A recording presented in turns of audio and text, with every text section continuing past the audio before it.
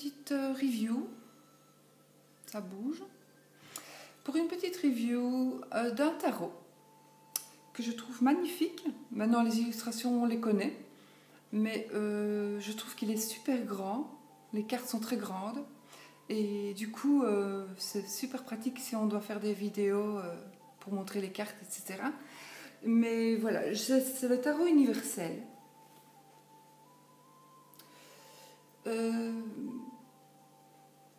Donc voilà, tout le monde connaît cette illustration. Hein. Voilà le dos du tarot universel. De Roberto De Angelis. Je l'ai mis édition professionnelle. Ouais. Alors, la boîte s'ouvre comme ceci, évidemment. Évidemment, non, pas évidemment. C'est un carton très épais. Hein. Par contre, les cartes sont très fines. Voilà, c'est vraiment le carton, le très beau carton de Lo Scarabeo, de ce qu'il fait maintenant. Alors, donc, nous avons le livret. Et ce livret, donc c'est le tarot universel. Moi, sincèrement, je me sers... j'ai mes propres interprétations aussi pour les tarots et je les interprète pratiquement de la même manière que ce soit Marseille ou Rider. Et voilà, les interprétations principales sont, je veux dire, les mots-clés, j'ai un petit peu, à la base, j'avais un petit peu étudié, entre guillemets, les mots-clés des deux tarots et je les avais mélangés de manière à pouvoir me servir des deux tarots. Mais j'ai des ressentis, donc évidemment, comme tous ceux qui font les tarots, certainement. Voilà. Moi, j'avais fait un cahier, un jour, je vous montrerai, tiens, comme j'avais fait pour mon Lenormand, avec les explications et les mots-clés, les phrases clés aussi, des riders, les principales choses, Rider et Marseille. Et voilà, chacun fait ce qu'il veut. Vous pouvez me critiquer. Voilà, chacun fait ce qu'il veut, mais moi je parviens à faire mes lectures comme ça. Donc, je vais vous présenter le jeu qui est superbe. Le livret est très grand, j'ai quand même des grandes mains, donc il est aussi grand que ma main. Et franchement, j'ai des grandes mains. Et les cartes sont grandes comme ça. Alors,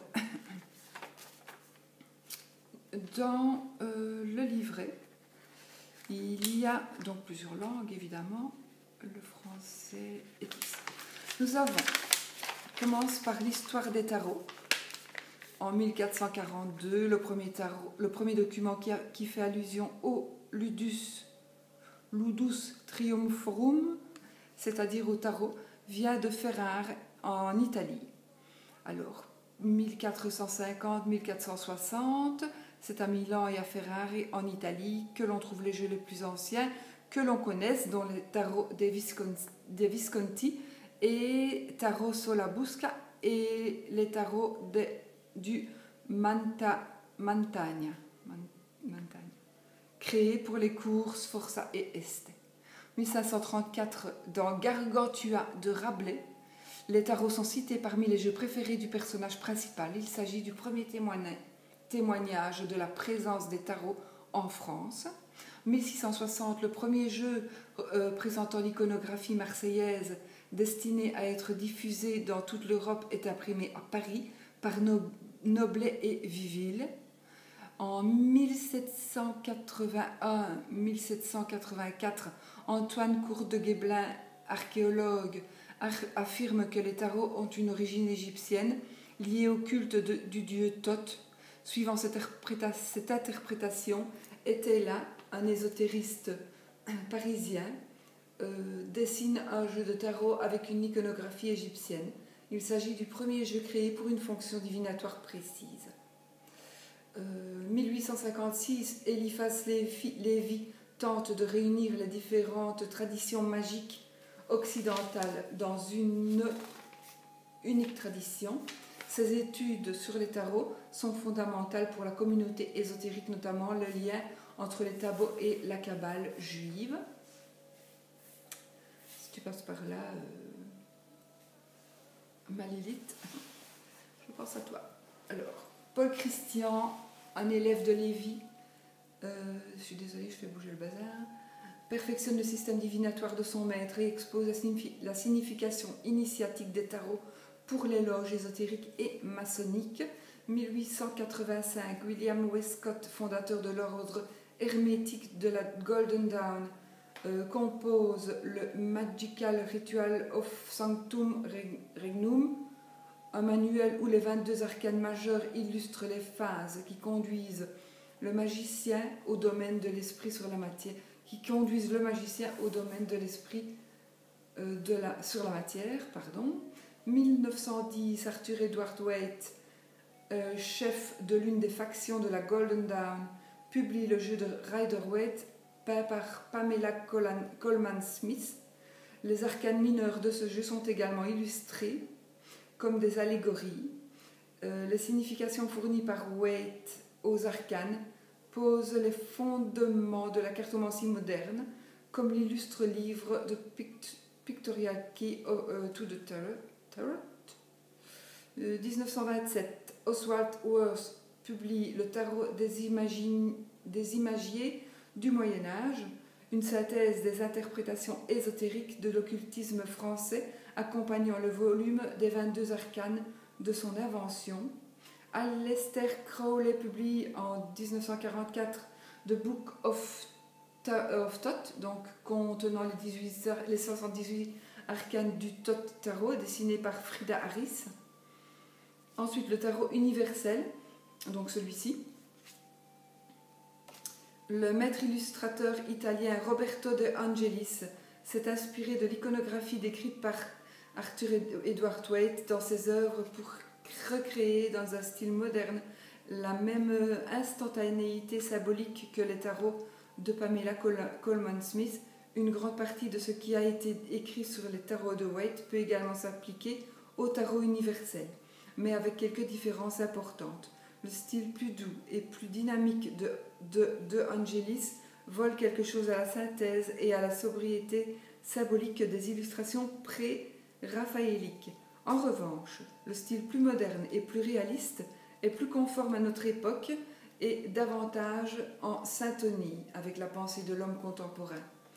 En effet, pour lire les tarots, il ne suffit pas de connaître la signification de la carte. Il faut entrer en syntonie avec l'image, laisser celle-ci parler à notre intuition, nous suggérer et nous guider pendant la consultation. Cette conscience a été à la base du choix de Waite de créer des images allégoriques également pour les arcanes mineurs, de manière à fournir une clé picturale à la lecture. Arthur Edward Waite, 1857-1942, fut l'un des plus grands interprètes de la philosophie occulte occidentale et chrétienne. Homme à la vie tourmentée, il entra en 1891 dans l'ordre ésotérique de la Golden Dawn, auquel il fournit une contribution créative à orientation religieuse. Parmi les nombreuses œuvres qu'il a laissées, nous pouvons rappeler le Pictorial Key to the Tarot, dans laquelle il exposait les significations et l'iconographie de ces tarots. La divination avec le tarot universel, donc la divination avec ce jeu-ci. Pour lire les tarots, il suffit de les disposer d'une façon particulière appelée disposition divinatoire. Chaque position de la disposition correspond à un aspect de la lecture et à une carte, de la même façon que chaque carte correspond à une signification. En combinant ces aspects, un cartomancien peut aisément parvenir à une lecture. Voici un exemple de disposition divinatoire. Donc voici, je ne vais pas vous lire tout, donc 1 représente le point de départ du consultant, 2, ça va jusque 9, et nous avons ici le dessin de ce fameux tirage. Donc voilà, tirage divinatoire. Ensuite, nous avons les arcanes majeurs. Ensuite, oui, avec les phrases, des phrases. Voilà, je vais juste vous lire par exemple le battleur, initiative. Donc ça, c'est le mot-clé. Présence d'esprit, habileté et astuce, volonté et indépendance de pensée, début d'entreprise, idée brillante. 2, la papesse, donc c'est les études principalement. Vous voyez, donc il est marqué en gras le nom de la carte et le mot-clé vraiment, le mot-clé. Et ensuite une explication. Tout ceci, je regarde pour les mineurs si c'est pareil. Ah non. Donc, voilà, donc ça c'est pour toutes les cartes majeures. Ensuite, pour les cartes mineures, donc il est mis les arcanes mineurs ici. Coupe, élément, l'eau, le royaume de l'âme. Avec As, abondance, la source intarissable, l'amour. 2, passion, couple, idylle, portiatos. Denier, c'est l'élément, la terre, royaume de la matière. Bâton, élément, le feu, royaume du corps. Épée, élément, l'air, royaume de l'intellect. Voici.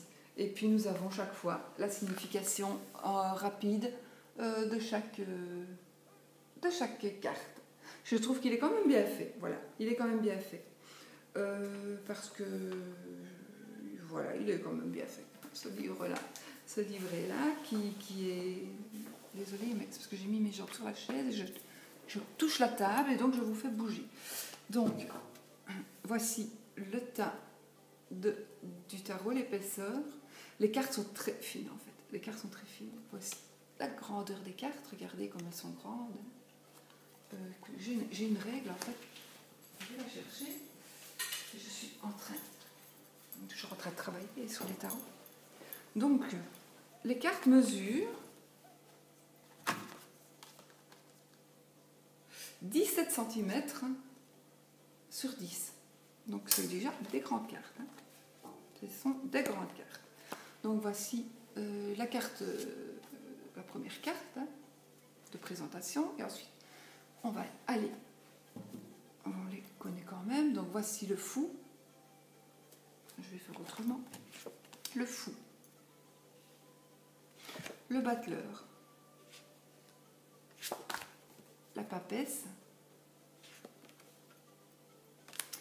L'impératrice. Donc, c'est celle qui est représentée sur la boîte et sur la carte de présentation. L'empereur. Hiérophante. Le pape. Les amants. Les amoureux. Ici, il est mis les amants. Ouais. Le chariot. La force en 8. L'ermite. Ah oui, c'est juste.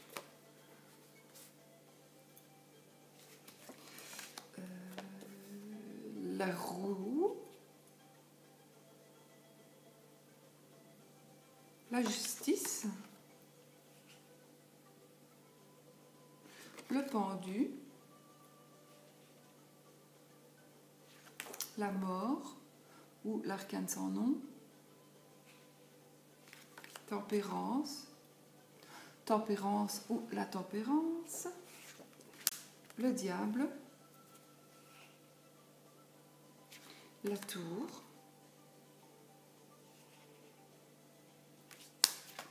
Les étoiles. La lune. Le soleil.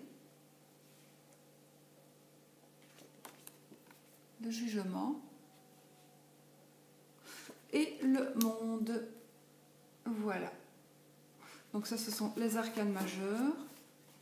Ensuite, on va aller un peu plus vite pour les mineurs. Donc l'As de coupe, le 2, le 3. Elles sont bien grandes quand même, franchement, j'aime bien. Le 4. Je ne savais pas qu'elles étaient si grandes d'ailleurs. Je ne sais même plus où je les ai commandées en fait. J'ai tellement fait de commandes ces moments-ci. Le 5. Palais du... Je sais plus. Le 6. Le 7. J'ai acheté partout sur eBay, au Palais du Tarot, sur Amazon. 8. Le 9. Le 10. Le valet. Le chevalier de coupe. La reine. Et le roi des coupes. Voici. Ensuite, nous avons les deniers. L'As. Le 2. Le 3.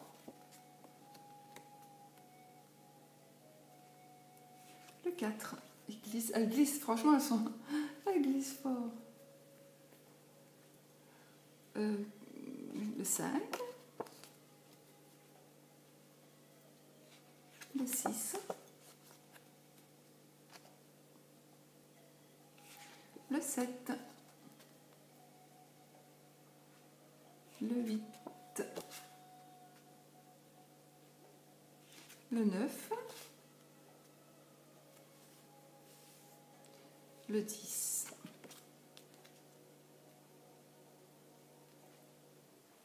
Le valet de denier. Ah, yes. Le chevalier. La reine. Et le roi de denier.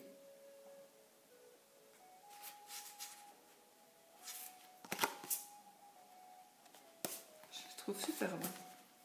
Magnifique. L'As de bâton. Un bon gros bâton là. Je vois un truc qui clignote, mais c'est normal, c'est ma caméra qui fonctionne. Le 2 de bâton. Le 3. Je les aime vraiment beaucoup. Le 4, mais je vais noircir les bords parce que... Le 5, parce que on voit, vous voyez, si vous voyez bien, il est déjà comme abîmé en fait. Mais ça, c'est tellement les cartes sont fines. Je sais pas si je vais... Non, je n'ai pas envie de les... Le 5, de les plastifier, je ne sais pas. Le 6, j'ai pas envie. Le 7, le 8, le 9, je me dépêche, là, vous les connaissez quand même. Le 10, le valet et le chevalier. Ensuite, la reine et le roi. Avec le petit lézard. Mon petit lézard. Ensuite, nous avons les épées avec l'as d'épée. Le 2. Le 3 d'épée. Le 4. J'adore ce jeu en fait. Le 5. Le 6. Il m'a fallu, mais pour le trouver, il m'a fallu mais longtemps. J'avais pas le titre de ce... Enfin, le titre... oui, le titre de ce jeu. Le 7. Je savais ce que je voulais en fait. Je savais très bien ce que je voulais. Le 8. Mais il fallait que je trouve... Pour trouver ce jeu, le 9, il m'a fallu des semaines, je crois, de recherche. Le 10, en ne faisant pas que ça par jour, hein, évidemment. Le valet, mais j'ai mis longtemps. Mais je ne savais pas qu'elles allaient être si grandes. Hein. Le chevalier, mais tant mieux, je suis vraiment contente. La reine des épées. Et enfin, pour terminer, dans son armure, là, dans ses... Allez. Oh, allez, ses côtes de maille. Le roi des épées. Voilà. Ils sont superbes. Voilà. Moi, je suis très contente de le posséder. Le dos, j'aime beaucoup le dos. Il est vraiment dans les tons... mais je vous jure, il est vraiment glissant. Je ne sais pas d'ailleurs si je ne vais pas quand même le plastifier parce que si je croque une carte, c'est foutu là. Ça, j'ai pas envie. Ça, j'ai pas envie d'abîmer mon jeu. Donc, je ne sais pas. Mais il est assez lourd malgré tout. Malgré le fait qu'il soit vraiment fin. Mais c'est juste... Il est tellement... Il est de bonne qualité en fait. Il est de très bonne qualité. Donc, il glisse vraiment bien, mais... Je sais pas. On verra. Je sais pas. J'ai pas envie de... Ouais, vous voyez, à mon avis, je vais quand même le faire. Il y a déjà des petits morceaux. Pourtant, je l'ai nouveau, hein. Je l'ai eu neuf. Hein. C'est moi qui l'ai déballé. Qui s'en vont. Là. Donc, je dois remettre peut-être des labels de marqueur noir dessus. Parce que, à mon avis, il faudra que je les regarde. Et en même temps, je ferai les bords noirs. Je pense, noir, je verrai bien. Ou peut-être bleu, je sais pas. On verra. Ou doré, pourquoi pas. Je ne sais pas. On verra. On verra bien. Voilà. Écoutez, j'espère quand même vous avoir fait découvrir quelque chose. Un jeu quand même un peu spécial. De par sa grandeur, sincèrement. Il cache mon visage. Hein. Donc, oui, parce que si j'ai un tarot normal, est-ce que j'ai bien un tarot ici quelque part quand même, hein. Je vais vous montrer par rapport à un tarot normal. Je cours. Dans la pochette de ma nanou. Ma nanou, si tu passes par là, je te fais un bisou. Donc voilà, le tarot normal. Quoi que je me demande. Non, je ne l'ai pas coupé celui-là. Enfin, soit, même si je l'ai coupé, il n'est pas. Donc, ça, c'est le tarot de Jodo. Voilà. C'est quand même une fameuse différence, hein, de taille. C'est vraiment la taille normale d'un tarot. Voilà. Je pense qu'il plaira peut-être à certaines personnes. Mais franchement, ne me demandez pas d'où il vient parce que je ne m'en rappelle plus. Sincèrement. Vous voyez par exemple celui-ci, vu qu'il était mauve, moi j'ai fait les bords mauves. J'ai fait les bords mauves. Je trouvais que... Voilà. Et puis j'avais la pochette de Nanou qui était mauve, qu'elle m'a offert. Donc il va bien dans cette pochette. Ma Nanou, regarde ma Nanou, si tu passes par là aussi. J'ai mis ton aile et j'ai l'aile. Voilà, ça c'est ma Nanou, c'est ma fiole magique. Et bien voilà, j'espère vous avoir fait découvrir ou redécouvrir quelque chose, peut-être pas trop les dessins, mais peut-être que ce jeu-là, avec cette dimension-là, tout le monde ne le possède pas, je ne pense pas. Je ne me rappelle pas, en tout cas, peut-être Claire, hein, parce qu'elle les a tous, évidemment, et notre belle Nato aussi, elle en a beaucoup, mais sinon, je ne les ai pas vus sur leur chaîne non plus, mais peut-être, parce que j'essaie de ne pas louper une seule vidéo de toutes mes copinettes et mes copinets, mais il se peut que j'en ai loupé, ça oui.